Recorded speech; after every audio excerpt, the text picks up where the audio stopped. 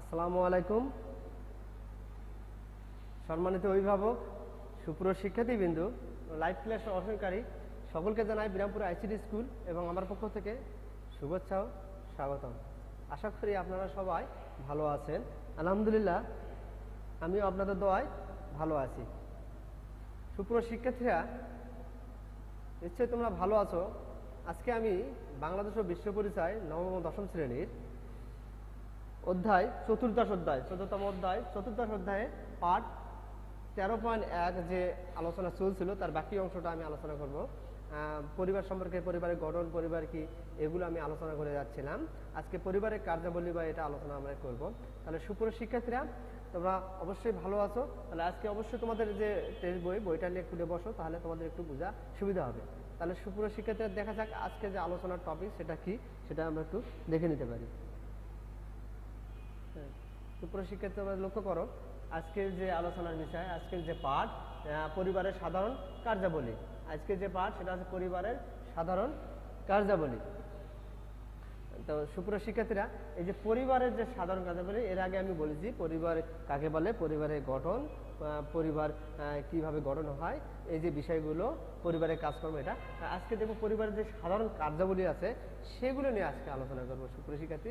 তবে আজকে আলোচনা শুরুর আগে আমরা একটু দেখে নিতে পারি যে এই পাঠ শেষে আমরা কোন বিষয়গুলো জানতে পারবো, যে এই আলোচনা থেকে আমরা কোন বিষয়গুলো জানতে পারবো, এই বিষয়টা একটু আমরা লক্ষ্য করবো আজকে। তাহলে সুপ্রিয় শিক্ষার্থী, তোমরা লক্ষ্য করো শিখন ফল, আজকের যে আলোচনা শিখন ফল, সেটা তোমরা দেখো যে পরিবারের সাধারণ কার্যাবলী সম্পর্কে জানবে।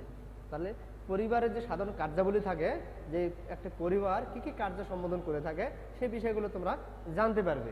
এরপর তোমরা জানবে পরিবারের সাধারণ কার্যাবলীর ব্যাখ্যা দিতে পারবে। তাহলে পরিবারের যে সাধারণ কার্যাবলীগুলো আছে তোমরা যেটা জানবে, সেগুলোর যে ব্যাখ্যা, যে এক একটা যে ব্যাখ্যা আছে, সেই ব্যাখ্যাগুলো তোমরা জানতে পারবে। তাহলে সুপ্রিয় শিক্ষার্থীরা, চলো দেখা যাক আজকে যে পরিবারের যে কার্যাবলী, সেই কার্যগুলো কি কি এবং কার্যগুলির যে ব্যাখ্যা, প্রত্যেকটার ব্যাখ্যাগুলো আমরা একটু জানার চেষ্টা করব। তাহলে চলো একটু শুরু করা যাক। হ্যাঁ সুপ্রিয় শিক্ষার্থীরা, পরিবারের প্রথম যে কার্যাবলী সেটা আছে জৈবিক চাহিদা পূরণ। জৈবিক চাহিদা পূরণ। আমরা সামাজিক জীব, আমরা মানুষ হিসেবে জন্মগ্রহণ করেছি, আর এই মানুষের কিছু জৈবিক চাহিদা থাকে, সেটা কিন্তু আমরা বিবাহের মাধ্যমে পূরণ করে থাকি। আর এটা কিন্তু বাংলাদেশের জৈবিক চাহিদা একজনের মাঝে বৈধভাবে, আমাদের যে রাষ্ট্রীয় আইন বা ধর্ম অনুযায়ী আমাদের যে বিবাহ বন্ধনের মাধ্যমে আমরা এই জৈবিক চাহিদাগুলো পূরণ করে থাকি। আমরা আইনগতভাবে এই জৈবিক চাহিদাগুলো পূরণ করে থাকি। তাহলে সুপ্রিয় শিক্ষার্থীরা, এটা তোমরা দেখতে পাচ্ছ, এই যে পিতা মাতা তাদের সন্তান, তাহলে এই যে বৈবাহিক অবস্থার কারণে তাদের যে সন্তানদের আসতেছে, এটা হচ্ছে জৈবিক চাহিদা পূরণের মাধ্যমে তাদের যে পরিবার গঠন করতেছে তারা। আর পরিবার গঠনের পূর্বের শর্ত হচ্ছে বিবাহ, আর বিবাহের মাধ্যমে আমরা পরিবার গঠন করে থাকি। আর এই পরিবারের মাধ্যমে আমাদের যে বংশবৃদ্ধি, এটা ধীরে ধীরে বৃদ্ধি পাচ্ছে। সুপ্রিয় শিক্ষার্থীরা, প্রাচীনকালেও কিন্তু পরিবার ছিল, বর্তমানেও কিন্তু পরিবার গঠন আছে। আগেও কিন্তু বিবাহ ছিল, কিন্তু বিবাহটা এরকম ছিল না যে কোনো আইনগত কোনো ভিত্তি ছিল না, কিন্তু বর্তমানে আইন অনুযায়ী এবং যে যার ধর্ম, সেই ধর্ম অনুযায়ী কিন্তু বিবাহগুলো অনুষ্ঠিত হচ্ছে। তাহলে প্রাচীনকালে বা আদিম সমাজে যে বিবাহের কোনো আইন বা ওরকম কোনো ইয়ে ছিল না, বর্তমান সময়ে বিবাহের যে ধর্ম বা আইন, সেটা কিন্তু আইনগতভাবে কিন্তু হয়ে থাকে জৈবিক চাহিদাগুলো পূরণ করা। তাহলে সুপ্রিয় শিক্ষার্থীরা, তোমরা দেখতে পাচ্ছ এই যে জৈবিক চাহিদা পূরণ, এই যে তাহলে জৈবিক চাহিদাগুলি আমরা বিবাহের মাধ্যমে পূরণ করে থাকি। তাহলে সুষ্ঠুভাবে যদি সন্তান আমাদেরকে লালন পালন করতে হয়, তাহলে অবশ্যই বিবাহের মাধ্যমে সুষ্ঠুভাবে সন্তান লালন পালনের মাধ্যমে জৈবিক চাহিদা পূরণ করা যেতে থাকে।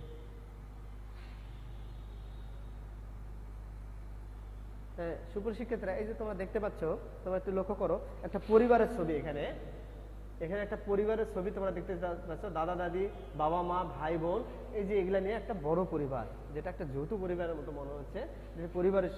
আর এই পরিবারে যে সন্তানদের যে ভরণ পোষণ, সেই বিষয়টা আমি এখন তোমাদেরকে বলবো। সন্তানদের যে ভরণ পোষণ বলতে কি, সন্তানদের যাবতীয় প্রয়োজনীয় যে বিষয়গুলো, এটা কিন্তু পরিবারই করে থাকে। আর রাষ্ট্রীয় তো কিছু সুবিধা দিয়ে থাকে, কিন্তু সন্তানদের যে মূলত ভরণ পোষণ, প্রয়োজনীয় চাহিদা, যা কিছু লাগে, এটা কিন্তু আইন অনুযায়ী, প্রত্যেক ধর্মে কিন্তু নিজস্ব কিন্তু আইন আছে, সেই আইন অনুযায়ী কিন্তু পরিবারগুলোই করে থাকে। এমন হতে একটি পরিবারে বাবা মার মধ্যে সাহায্য রেখেছে, কিন্তু ওই সন্তানের ভরণ পোষণের দায়িত্ব কে নিবে, সেখানে আইনগত কিন্তু বিষয় আছে, সে আইন অনুযায়ী কিন্তু সন্তানের ভরণ পোষণ মানে একটা পরিবারই করে থাকে। তাহলে সুপ্রশিক্ষিত একটি বৈবাহিক অবস্থা বিবাহের মাধ্যমে পরিবার গঠন হলে যখন সন্তান আসবে, তখন এই সন্তান কীভাবে বড় হবে, কীভাবে নিয়মকানুন মেনে চলবে, কথাবার্তা চলাফেরা এবং ভালো মন্দ এবং তাদের খাবার, চিকিৎসা এবং তাদের যে পোশাক আশাক যে বিষয়গুলো আছে, সকল বিষয়গুলো কিন্তু একটি পরিবারই বহন করে থাকে। তাহলে একটি পরিবার থেকে কিন্তু তারা ভরণ পোষণ, সবাই একটি শিশু যখন জন্মগ্রহণ করে একটা পরিবারের মধ্যেই কিন্তু জন্মগ্রহণ করে। শিশু কিন্তু বন জঙ্গলে জন্মগ্রহণ করে না। তাহলে একটা শিশু জন্ম করতে পরিবারে জন্ম হয় এবং এই পরিবারে সে বড় হয় এবং পরিবারের যত প্রকার রীতিনীতি কিন্তু পরিবার থেকে সে গ্রহণ করে থাকে। তাহলে সুপ্রিয় শিক্ষার্থীরা, এই পরিবারই কিন্তু যাবতীয় সমস্যা, ভালো মন্দ বিষয়গুলো আছে বহন করে থাকে। তাহলে একটি শিশুর কিন্তু যে ভরণ পোষণের যে বিষয়গুলো কিন্তু পরিবারই করে থাকে। তাহলে আমরা কি দেখি, আমরা কিন্তু এখন এই তো এত বড় পরিবারগুলো কিন্তু কমই দেখি। বর্তমান সমাজ ব্যবস্থা কিন্তু ভেঙে গেছে, মানে ছোট ছোট পরিবার গঠন হচ্ছে, এখন বিয়ের মাধ্যমে কিন্তু সবাই আলাদা হয়ে যাচ্ছে। আগের সময়ে যে আমরা দেখতাম বড় বড় যৌথ পরিবারগুলো, সেখানে কিন্তু দাদা দাদি, ভাই বোন, ফুফা আত্মীয় স্বজন অনেকেই যারা আছে যে এক প্রজন্ম থেকে আরেক প্রজন্ম মিলে বসবাস করতো, সেখানে কিন্তু বড় একটা পরিবার গঠন হতো। সেখানে কিন্তু যে কর্তা ব্যক্তি দাদা বা নানা, সে কিন্তু পুরো পরিবারটাকেই পরিচালনা করতো এবং ভালো মন্দ দিকগুলো দেখাশোনা করতো। তাহলে একজন শিশু যখন পরিবারে বড় হবে, সেও তখন বিবাহ বন্ধনে আবদ্ধ হবে, জৈবিক চাহিদা পূরণের মাধ্যমে কিন্তু আর একটা সংসার গঠন করবে। সেখানে তার সন্তানদের কিন্তু ভরণ পোষণের দায়িত্ব কিন্তু তার উপরেই পড়বে। তবে একটা কথা, যে পরিবারের যদি কর্তা ব্যক্তির ইনকামের উপরে কিন্তু সন্তানের কিন্তু ভরণ পোষণের বিষয়টা কিন্তু নির্ভর করে। যে পরিবারের ইনকাম বা অর্থ উপার্জন বেশি, সেই পরিবারে কিন্তু সন্তানদের একটু সচ্ছলতা, ভালো খাওয়া, স্বাস্থ্যগত বিষয়, পোশাক আশাক, এই বিষয়গুলো কিন্তু ভালো থাকে। তাহলে ভরণ পোষণের বিষয়টা কিন্তু এই জায়গাতেও নির্ভরশীল, যে সকল পরিবারে কিন্তু একরকম হয় না। যে পরিবারের ইনকাম, যে পরিবারের জমি জমা, অর্থ সম্পদ, স্থাবর অস্থাবর জমি জমা আছে, সেগুলো যে পরিমাণ আছে, সেই পরিবারের উপর ভিত্তি করে কিন্তু ওই পরিবারের সচ্ছলতা, চলাফেরা, খাওয়া দাওয়া কিন্তু বিরাজ করে। তাহলে সুপ্রিয় শিক্ষার্থীরা, সন্তানদের যে ভরণ পোষণ, সেটা কিন্তু পরিবারের কাছ থেকেই আমরা পেয়ে থাকি। যতদিন একটা ছেলে মেয়ে কিন্তু স্বাবলম্বী হয়নি, নিজের পায়ে দাঁড়ায়নি, ততদিন কিন্তু পরিবারে কিন্তু তার ভরণ পোষণগুলো দিয়ে থাকে। তোমরা মনে রাখো যে একটা মানে ছেলে বা মেয়ে যদি সাবলক হয়ে যায়, পরিপক্ক হয়ে যাওয়া বা একটু রাষ্ট্রীয়ভাবে তাদের বয়স যদি 18 পার হয়ে যায়, তারা বিয়ে শাদী করে, তখন তারা আলাদা পরিবার গঠন করে। তখন তাকে আর ভরণ পোষণ দিতে না, তখন সে নতুন পরিবার গঠন করে। তাহলে তার বড় হওয়া পর্যন্ত সন্তানদের যে যা কিছু দরকার হয়, এই ভরণ পোষণের দায়িত্ব কিন্তু পরিবার থেকেই দিয়ে থাকে। আর পরিবারের কর্তা ব্যক্তি তিনি কিন্তু বহন করে থাকে, তার অনুপস্থিতিতে যে প্রধান থাকবে, যে পরিচালনা করে, সে করে থাকে। তাহলে সন্তানদের যে ভরণ পোষণ, এটাও একটা গুরুত্বপূর্ণ কার্যাবলী পরিবারের। আমি তো পরিবারের কার্যাবলী আলোচনা করছি, এটা জৈবিক চাহিদা পূরণ তোমরা জানলে, এটা হচ্ছে গুরুত্বপূর্ণ আর একটা সন্তানের ভরণ পোষণ। তাহলে সন্তানের ভরণ পোষণ আমরা পরিবার থেকে পেয়ে থাকি, আর এটা একটি গুরুত্বপূর্ণ উপাদান। এরপরে আমরা একটু দেখার চেষ্টা করব সুপ্রিয় শিক্ষার্থীরা, এরপর তোমাদের অর্থনৈতিক কর্মকাণ্ড। তাহলে একটি পরিবার কিভাবে চলবে, একটি পরিবারের আয় রোজগার কিভাবে চলবে এবং তোমাদের খাওয়া পড়া আর যাবতীয় যে কার্যাবলী আছে, সেগুলো কিভাবে সম্বোধন করবে, কিন্তু এটা কিন্তু অর্থনৈতিক কাজের মধ্যেই পড়ে। একটি পরিবারের যদি অর্থনৈতিক ব্যবস্থা ভালো না থাকে, সেই পরিবার কিন্তু ভালোভাবে চলতে পারে না, সে মানুষের কাছে দায়বদ্ধ হয়, ও পরিবারের বাচ্চারাও, শিশুরাও কিন্তু ভালোভাবে বেড়ে উঠতে পারে না, তাদের বিভিন্ন সমস্যার সম্মুখীন হয়। আমরা জানি এক সময় প্রাচীনকালে কিন্তু পরিবারের অর্থনৈতিক কার্যাবলী যেটা, সেটা কিন্তু পরিবারের মধ্যেই হতো। অর্থনৈতিক কাজকর্মগুলো কিন্তু তারা পরিবারের মধ্যে থাকতো। আজ কিন্তু যে পরিবারের লোকজন, তারা কিন্তু শুধু বাড়িতেই কাজকর্ম করতেছে না, তারা কিন্তু বাড়ির বাইরে অনেক কাজকর্ম করতেছে, দেশের বাইরেও কাজকর্ম করতেছে। এইভাবে তারা নিজস্ব গণ্ডি পেরিয়ে কিন্তু বাইরের গলিতেও কিন্তু যাচ্ছে। তাই পরিবারের যে অর্থনৈতিক কর্মকাণ্ডগুলো কিন্তু আদিম সমাজে একরকম ছিল, যুগের পরিবর্তনের ধারায় আজ কিন্তু পরিবর্তন হয়ে এসেছে। কারণ বর্তমান যুগ আগামী দিনগুলোতে আবার অন্য আঙ্গিকে কিন্তু পরিবারের যে কার্যাবলী, সেটা এখন আমরা আগের সময়ে যারা ছিল প্রাচীনকালে, তারা যে বিবাহ বন্ধনের যে বিষয়টা, সেটা কিন্তু আনুষ্ঠানিকভাবে ছিল না। তাদের যে অর্থনৈতিক কর্মকাণ্ড, তারা প্রকৃতির উপর নির্ভর করতো এবং পরিবারের মধ্যে সেটা সারি ফেলতো।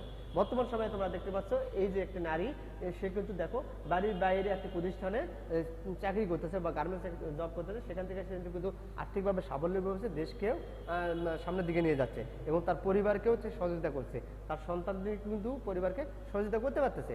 এই যে দেখো কৃষকেরা কিভাবে আমাদের ধান ফলাচ্ছে, কিন্তু এগুলা কি বাইরে কাজকর্ম করে বিভিন্ন রাষ্ট্রীয়ভাবে সুবিধা নিয়ে এবং নিজেরা শ্রম দিয়ে কিন্তু উৎপাদন করছে। আর এইভাবে একটি পরিবারকে কিন্তু অর্থনৈতিক কর্মকাণ্ডে জড়িয়ে ফেলা হচ্ছে। আর অর্থনৈতিক কর্মকাণ্ড অবশ্যই একটা জরুরি বিষয়, কারণ একটি পরিবারের অর্থনৈতিক কর্মকাণ্ড যদি সুষ্ঠুভাবে না চলতে পারে তাহলে ওই পরিবার কিন্তু ভালোভাবে চলতে পারে না। পরিবার মানে একটা কিন্তু রাষ্ট্রের মতো, রাষ্ট্র কিন্তু একটা পরিবার, একটা ছোট সংগঠন। পরিবার একটা ছোট সংগঠন, সমাজ আর একটু বড় সংগঠন, এইভাবে রাষ্ট্র এক একটি সংগঠন, প্রত্যেকটা কিন্তু নিয়মকানুন এর মধ্যে পরিচালিত হয়। তাহলে সুপ্রিয় শিক্ষার্থীরা, তাহলে একটি পরিবারকে অর্থনৈতিক কর্মকাণ্ড পরিচালিত আমরা জানি আগের যুগে ছিল হচ্ছে বাড়িতেই, এখন বর্তমানে বাইরেও অর্থনৈতিক কর্মকাণ্ড তারা পরিচালিত করতেছে। আর অর্থনীতি হচ্ছে একটা রাষ্ট্রের যেমন মূল ভিত্তি, পরিবারেও কিন্তু অর্থনীতি কিন্তু একটা খুবই গুরুত্বপূর্ণ বিষয়।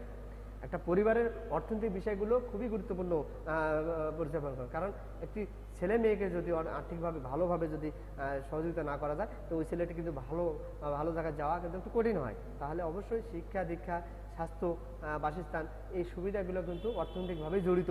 আর অর্থ ব্যবস্থা যদি ভালো থাকে তাহলে উপরে শিশুগুলোর মানসিক অবস্থা কিন্তু ভালোভাবে বিরাজ করে, পরিবেশটাও কিন্তু সুন্দর থাকে। তাহলে সুপ্রিয় শিক্ষার্থীরা, আমরা দেখলাম যে পরিবারের যে কার্যাবলী, সেই কার্যাবলীর তৃতীয় উপাদানটা হচ্ছে অর্থনৈতিক কর্মকাণ্ড। তাহলে আমরা এক কথায় বলবো, অর্থনৈতিক কর্মকাণ্ড আগের যুগে বাড়িতে বসে পরিচালিত হতো, কিন্তু বর্তমানে অর্থনৈতিক কর্মকাণ্ড কিন্তু বাইরেও যায়, আমরা বিভিন্ন ধরনের অর্থনৈতিক কাজকর্ম করে থাকি। এইভাবেই কিন্তু আমাদের অর্থনৈতিক কর্মকাণ্ডগুলো পরিচিত হচ্ছে। এরপর আমরা দেখব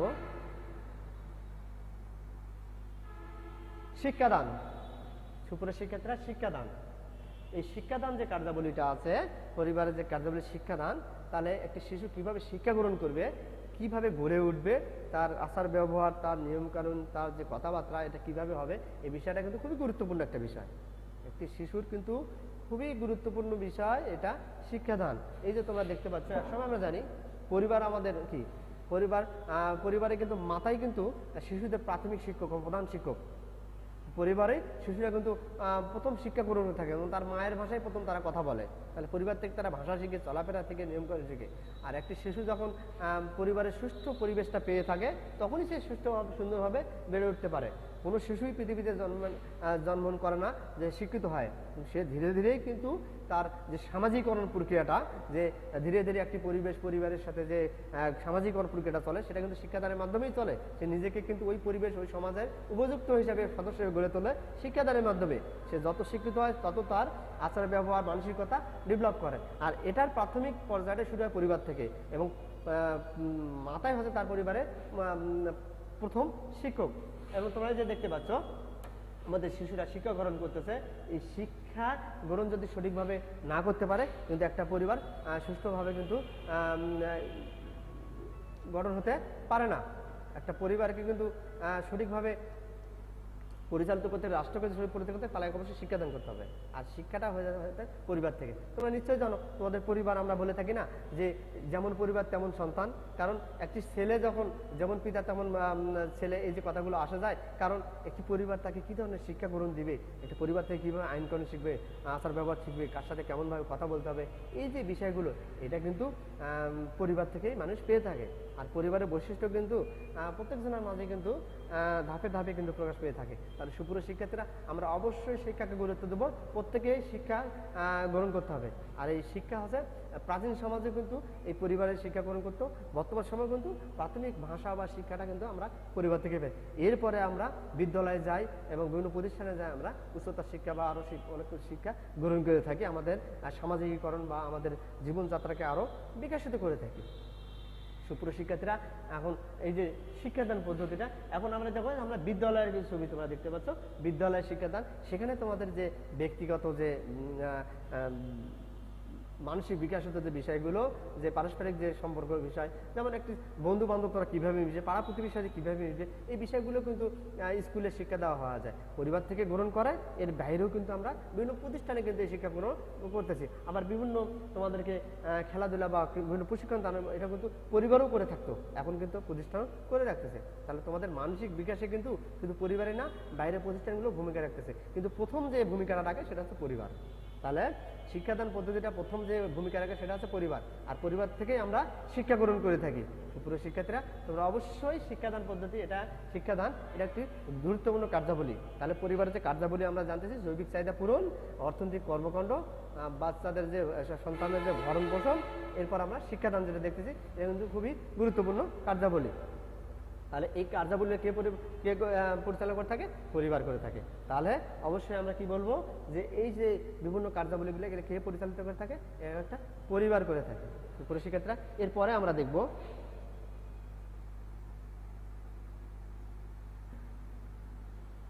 স্বাস্থ্যসেবা প্রদান। তোমরা একটু লক্ষ্য করো, স্বাস্থ্যসেবা প্রদান। তাহলে এটা কিন্তু যেমন তোমরা জানো নিশ্চয়ই, মৌলিক চাহিদাগুলো যে বিষয় আছে, মানুষের যে প্রয়োজন যে বিষয়গুলো, তার মধ্যে কিন্তু স্বাস্থ্যসেবা একটা। তাহলে এই স্বাস্থ্যসেবা কিন্তু এক সময় আমরা পরিবার থেকে, তোমরা প্রাচীন যুগের কথা চিন্তা করো, এত ডাক্তার বা এত তোমার ক্লিনিক বা এরকম স্বাস্থ্য মানে হসপিটাল এর মধ্যে ছিল না। তাহলে আগের স্বাস্থ্যসেবাগুলো কিভাবে হতো? বাসাতেই বিভিন্ন ধরনের গাছগাছালি এবং বিভিন্ন ধরনের যে জিনিসপত্র থেকে কিন্তু প্রাথমিকভাবে মানে প্রাকৃতিকভাবে কিন্তু স্বাস্থ্যসেবা দিয়ে থাকতো, এবং সেটা করে থাকতো পরিবার। একটি পরিবারই এই স্বাস্থ্যসেবাগুলো কিন্তু দিয়ে থাকতো। কিন্তু বর্তমান সময়ে কিন্তু আমাদের এই পরিবারের বাইরেও কিন্তু আমরা হসপিটালে, ক্লিনিকে, বিভিন্ন জায়গায় আমরা এই স্বাস্থ্যসেবাগুলো পেয়ে থাকি। তাহলে এই স্বাস্থ্যসেবা কিন্তু আরেকটি গুরুত্বপূর্ণ উপাদান। এই যে পরিবারের যে কার্যাবলী আছে তার মধ্যে স্বাস্থ্যসেবা কিন্তু আরেকটি গুরুত্বপূর্ণ উপাদান। এই স্বাস্থ্যসেবা পূরণ এবং করার মাধ্যমে একটি পরিবার কিন্তু গুরুত্বপূর্ণ কাজগুলো করে থাকে। একটি শিশু যদি সঠিকভাবে স্বাস্থ্যসেবা বা সেবাটা না পেয়ে থাকে, সঠিকভাবে বিকশিত হয় না, মানসিক বিকাশও হয় না, পরিপূর্ণতাও পায় না, এবং ওই শিশু কিন্তু সব কিছু বুঝতে পারে না। অবশ্যই ওই শিশুকে সুস্থ এবং স্বাস্থ্যসেবাটা ভালো থাকা প্রয়োজন। কিন্তু এখানে যেটা বলছে স্বাস্থ্যসেবা প্রদান, সেটা কিন্তু আদিম সমাজে যে পরিবারের মধ্যে হতো, বর্তমান সমাজে পরিবারের বাইরে কিন্তু ক্লিনিকগুলোতে এবং বিভিন্ন হসপিটালে এবং পরিবারের বাইরে হয়ে থাকে। এই বিষয়টা কিন্তু বোঝানো হয়েছে যে বর্তমানে যে স্বাস্থ্য সেবা প্রদান সেটা কিভাবে হয়ে থাকে, সেটা হচ্ছে এই মাধ্যমে হয়ে থাকে। আর আগে ছিল যে পরিবারের মধ্যেই ওই সেবাগুলো প্রাথমিকভাবে দেওয়া হতো, গ্রামে যে বিভিন্ন ধরনের স্বাস্থ্যসেবা ছিল সেই পদ্ধতিতেই। তাহলে সুপ্রিয় শিক্ষার্থীরা, আমরা দেখলাম যে পরিবারের যে কার্যাবলী, সেই কার্যাবলী আরেকটি গুরুত্বপূর্ণ দান স্বাস্থ্যসেবা প্রদান। এরপর আমরা দেখব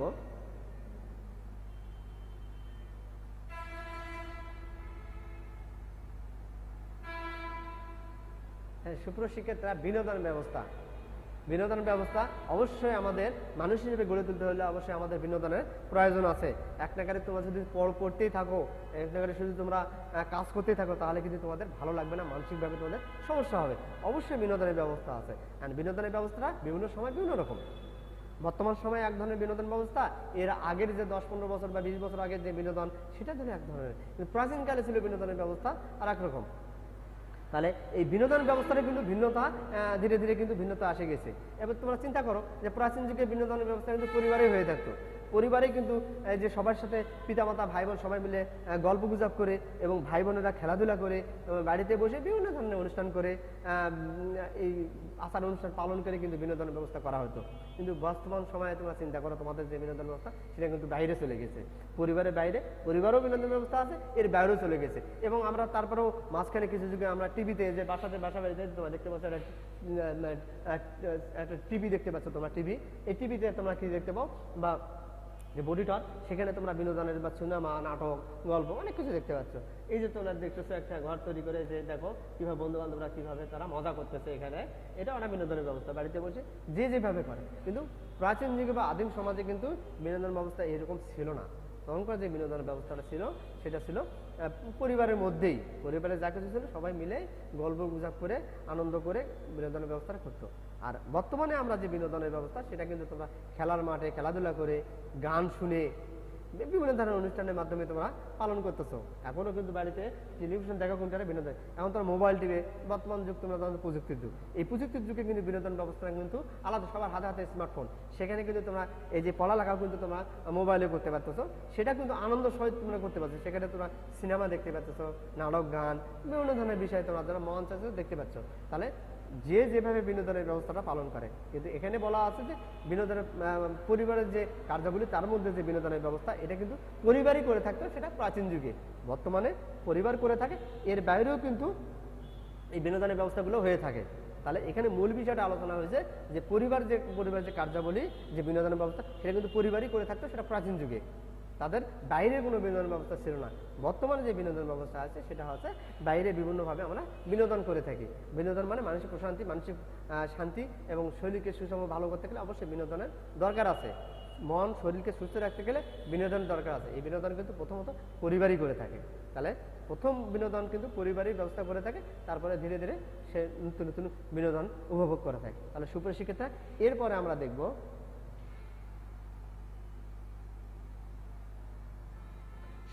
সম্পত্তি উত্তরাধিকার সংরক্ষণ। এখন তোমরা একটু লক্ষ্য করো, এই যে সম্পত্তির উত্তরাধিকার সংরক্ষণ, তাহলে এটা একটু গুরুত্বপূর্ণ বিষয়। তোমরা চিন্তা করো যে একটি পরিবারে তোমরা একটি শিশু যখন জন্ম করে, অবশ্যই কোনো না কোনো পরিবারে জন্মগ্রহণ করে।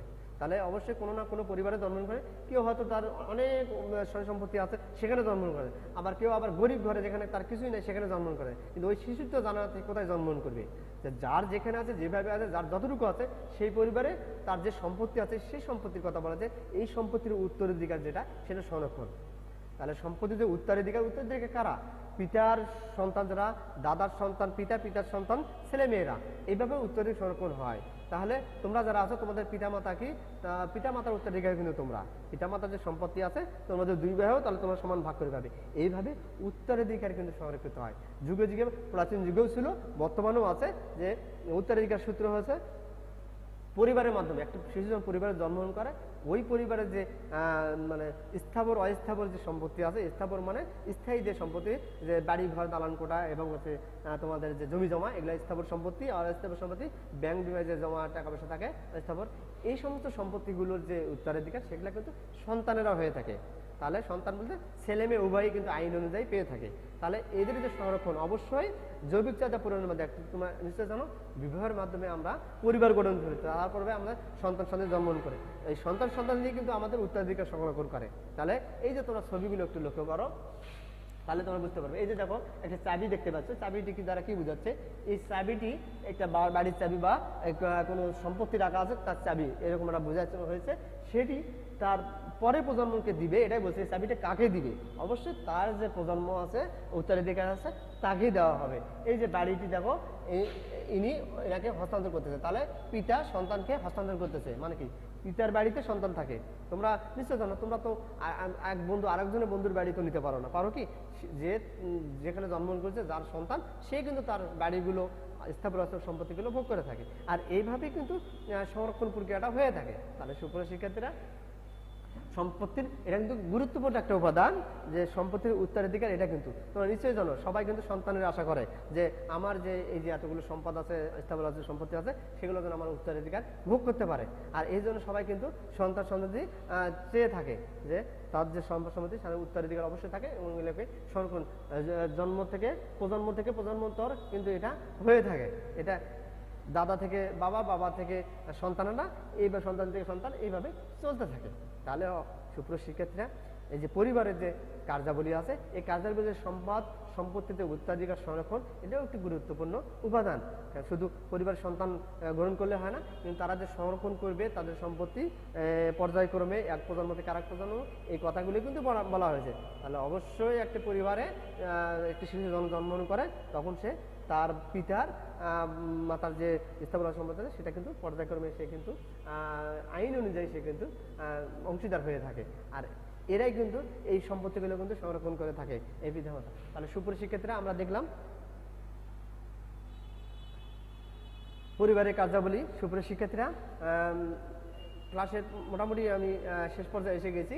পরিবারের যে কার্যাবলী আমরা দেখলাম, যে জৈবিক চাহিদা পূরণ, সন্তানদের ভরণ পোষণ, অর্থনৈতিক পরিবারের যে অর্থনৈতিক কর্মকাণ্ড, শিক্ষাদান, বিনোদন ব্যবস্থা, এরপরে আছে সম্পত্তির সংরক্ষণ, যে সম্পত্তিদের সংরক্ষণ, উত্তরাধিকার সংরক্ষণ, সেটার কথা। তাহলে এই পরিবারের এই কার্যাবলী তোমরা কয়টা, এগুলো মনে রাখবে। এবং কার্যাবলীর যে ব্যাখ্যাগুলো, যেটা আমি বললাম যে আদিম সমাজে কীরকম, বর্তমান সমাজে, এবং এগুলো পরিবারই করে থাকে, এই বিষয়গুলো তোমরা একটু মনে রাখবে। তাহলে সুপ্রিয় শিক্ষার্থীরা, এই পাঠ শেষে তোমাদের যে কিছু গুরুত্বপূর্ণ প্রশ্ন আছে, এই প্রশ্নগুলো তোমরা একটু লক্ষ্য করো। তাহলে আমরা একটু দেখার চেষ্টা করি এই প্রশ্নগুলো কি, তোমরা একটু লক্ষ্য করো। সুপ্রিয় শিক্ষার্থীরা, এই যে বাড়ির কাজ তোমরা লক্ষ্য করো। বাড়ির কাজ, এই যে পরিবার সাধারণত কার্যাবলী কি কি? পরিবারের, সুপ্রিয় শিক্ষার্থীরা, পরিবারের সাধারণ কার্যাবলী কি কি? যে কার্যাবলীগুলো বললাম সেটাই বলছে পরিবারের সাধারণ কার্যাবলী কি কি। মানুষের জৈবিক চাহিদা পূরণের জন্য কি গঠন করে, তাহলে মানুষ তার জৈবিক চাহিদা পূরণের জন্য কি গঠন করে, মানুষের জৈবিক চাহিদা পূরণের জন্য মানুষ কি গঠন করে, পরিবার। আর সন্তান প্রজনন থেকে শুরু করে লালন পালন কে করে থাকে, তাহলে সন্তান জন্মদান থেকে প্রজনন থেকে লালন পালন পর্যন্ত কে করে থাকে সেটাই বলা আছে। এরপর তোমরা কি দেখো, শিশুর মধ্যে প্রত্যাশিত আচরণ কোথায় তৈরি হয়, তাহলে শিশুদের যে প্রত্যাশিত ভালো আচরণ, যেটা আমরা আশা করি কাঙ্ক্ষিত আচরণ, সেটা কোথা থেকে তৈরি হয়, তাহলে শিশুদের প্রত্যাশিত ভালো আচরণ কোথা থেকে তৈরি হয় সেটা কথা বলা হয়েছে। আর এক সময় অর্থনৈতিক এটা হবে অর্থনৈতিক কার্যকলাপের মূল কেন্দ্র ছিল কোথায়, তাহলে এক সময় অর্থনৈতিক কার্যকলাপের মূল কেন্দ্র ছিল কোথায়, তাহলে সুপ্রিয় শিক্ষার্থীরা মানে আগের সময় যে অর্থনৈতিক কর্মকাণ্ড সেটার মূল কেন্দ্র ছিল কোথায় সেই কথাটাই বলা আছে। এরপর দেখবো শিশুর অন্যতম শিক্ষা কেন্দ্র কোথায়, তাহলে শিশুর অন্যতম শিক্ষা কেন্দ্র, আমরা শিক্ষা কেন্দ্র বলতে স্কুল কলেজকে বুঝি, কিন্তু অন্যতম শিক্ষা কেন্দ্র কিন্তু পরিবার। তাহলে শিশুর অন্যতম শিক্ষা কেন্দ্র কোথায় সেই কথাটাই বলছে, শিশুর অন্যতম শিক্ষা কেন্দ্র কোথায়। এরপর তোমরা একটু দেখো শিশুর জীবনের শ্রেষ্ঠ শিক্ষক কে, শিশুর জীবনের শ্রেষ্ঠ শিক্ষক কে, শিশুর জীবনের শ্রেষ্ঠ শিক্ষক কে, এটাও একটি গুরুত্বপূর্ণ প্রশ্ন, তোমরা একটু জেনে রাখবে। আচার ব্যবহার নিয়মানুবর্তিতা নৈতিকতা শিশুরা কোথা থেকে গ্রহণ করে, তাহলে আচার ব্যবহার নিয়মকানুন নৈতিকতা যে বিষয়গুলো আছে এগুলো শিশু কোথা থেকে গ্রহণ করে থাকে এই বিষয়গুলোর কথা এখানে বলা আছে। অতীতে বিনোদনের ব্যবস্থা কোথায় হতো, তাহলে অতীতে বিনোদনের ব্যবস্থা কোথায় হতো সেই কথাটা বলছে, অতীতে বিনোদনের ব্যবস্থা কোথায় হতো। পারিবারিক সম্পত্তির বন্টন কোন সূত্রে হয়, তাহলে পারিবারিক যে সম্পত্তির যে বন্টন হয় সেটা কোন উত্তরাধিকার সূত্রে, যেভাবে উত্তরাধিকার হয়ে আসছে তার প্রজন্ম থেকে সেটা, তাহলে পারিবারিক যে সম্পত্তি সেটা বন্টন কিভাবে হয়, উত্তরাধিকার সূত্রে। এটাই বলছে যে পারিবারিক সম্পত্তির বন্টন কোন সূত্রে হয়, এটা হচ্ছে উত্তরাধিকার সূত্রে হয়। আর আধুনিক কালে স্বাস্থ্যসেবার দায়িত্ব কে পালন করে, যে আধুনিক কালে যে আমাদের স্বাস্থ্যসেবার দায়িত্ব ক্লিনিক হসপিটালে যে বিষয়গুলো এরাই কিন্তু পালন করে থাকে, এটাই বোঝানো হয়েছে যে আধুনিক কালে স্বাস্থ্যসেবার দায়িত্ব কে পালন করে থাকে। তাহলে আদিম সমাজে বা প্রাচীনকালে স্বাস্থ্যসেবার দায়িত্ব কে পালন করে থাকে, অবশ্যই পরিবার। তাহলে আধুনিক কালে স্বাস্থ্যসেবার দায়িত্ব কে পালন করে থাকে সেটাই এখানে বলা আছে। সুপ্রিয় শিক্ষার্থীরা, আজকে আমি তোমাদের এখানে শেষ করব, একবারে শেষ পর্যায়ে এসেছি। পরিশেষে আমি তোমাদের সুস্বাস্থ্য দীর্ঘায়ু কামনা করে আগামী ক্লাস দেখার আমন্ত্রণ জানিয়ে এখানে শেষ করছি। ধন্যবাদ সকলকে।